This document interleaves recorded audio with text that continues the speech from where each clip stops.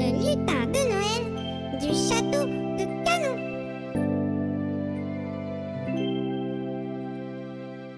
Le serpent qui voulait faire le Père Noël.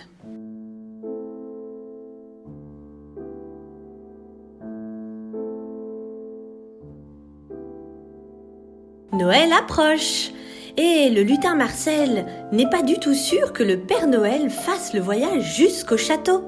Pensez donc, avec cette histoire de petite bête méchante qui voyage en atchoum, à son âge, le Père Noël va préférer rester chez lui. Il faut absolument trouver une solution de remplacement. Voilà pourquoi le lutin Marcel fait le tour du parc afin de trouver qui pourrait remplacer le Père Noël. Il rencontre d'abord Gustave, un gnome qui n'a pas du tout envie de travailler à Noël.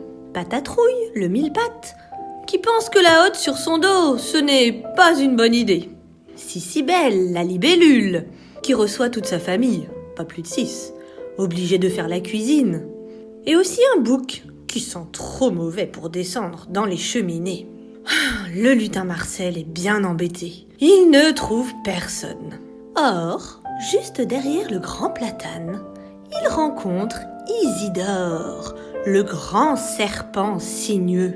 Ils se saluent et, comme il faut bien parler de quelque chose, le lutin Marcel parle du Père Noël. Aussitôt, le serpent sinueux saute de joie. « Quelle bonne idée !» dit Isidore. Il faudra juste me décider une barbe aussi longue que moi sur tout le corps. Elle pourra être longue de 2,40 m. Monter sur les toits pour redescendre dans les cheminées? Ah, pas de problème, je sais faire. » Le lutin Marcel fut effrayé et regretta d'avoir parlé de cette idée à Isidore. En effet, vous imaginez les enfants découvrir au pied du sapin un serpent tout rouge avec une fausse barbe blanche en maquillage. Vous imaginez les enfants se faire prendre en photo avec un serpent sinueux autour du cou? Ce serait l'épouvante. Toute la joie de Noël serait gâchée.